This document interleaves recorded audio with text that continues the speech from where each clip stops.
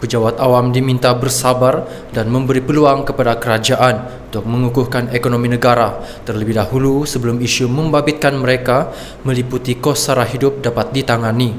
Datuk Seri Anwar Ibrahim berkata, negara ketika ini berdepan hutang mencecah 1.5 trilion ringgit dan defisit pada 5.6%.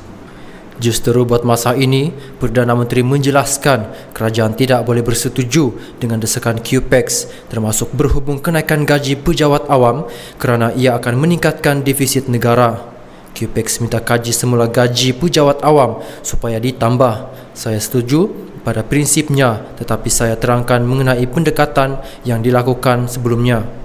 Apa masalah kita? Kita hutang 1.5 trilion ringgit dan defisit 5.6%.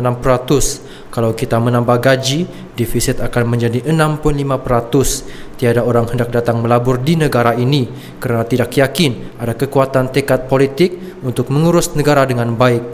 Jadi, sabarlah sekejap, katanya kepada pemberita selepas menyampaikan ucap tama pada forum antarabangsa mengenai Islam dan Islamofobia ke arah yang bermakna penglibatan melalui pendekatan madani di sini hari ini. Sebelum ini, QPEX dilaporkan kecewa kerana belanjawan 2023 yang dibentangkan Anwar Jumaat lalu dilihat tidak mampu menyelesaikan masalah tekanan kos sara hidup yang ditepani pejabat awam. Presiden QPEX, Dato' Adnan Mat ketika mengulas mengenai belanjawan 2023 dalam satu kenyataan berpandangan tiada sebarang komitmen diberikan kerajaan untuk menilai semula sistem saraan baharu perkhidmatan awam melalui model gaji dan upah yang mampu meningkatkan pendapatan pejabat awam supaya lebih baik berbanding peningkatan kos sara hidup. Mengulas lanjut, Anwar berkata kerajaan bagaimanapun masih cuba berkongsi sedikit hasil negara dengan pejabat awam melalui belanjawan 2023. Namun beliau menekankan tumpuan kerajaan bahawa pentadbirannya ialah menyelamatkan golongan miskin tegar yang berdepan kesusahan untuk meneruskan hidup berbanding pekerja dalam sektor awam.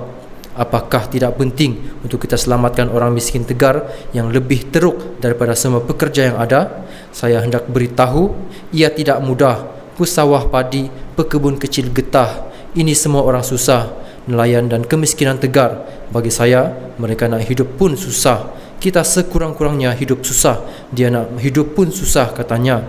Melalui belanjawan 2023, kerajaan menyalurkan bantuan khas kewangan Aidilfitri RM700 kepada semua pejabat awam grad 56 ke bawah, termasuk lantikan kontrak, manakala RM350 akan disalurkan kepada pesara kerajaan dengan bayaran dibuat pada April 2023. Sabtu lalu, media melaporkan Datuk Seri Dr. Ahmad Zahid Hamidi menegaskan QPEX perlu memahami kekangan kewangan dihadapi kerajaan ketika ini.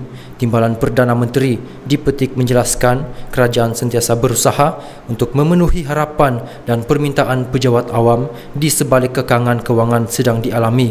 Namun sebanyak 46 bilion ringgit daripada 388.1 bilion ringgit diperuntukkan dalam belanjawan 2023 adalah untuk membayar faedah hutang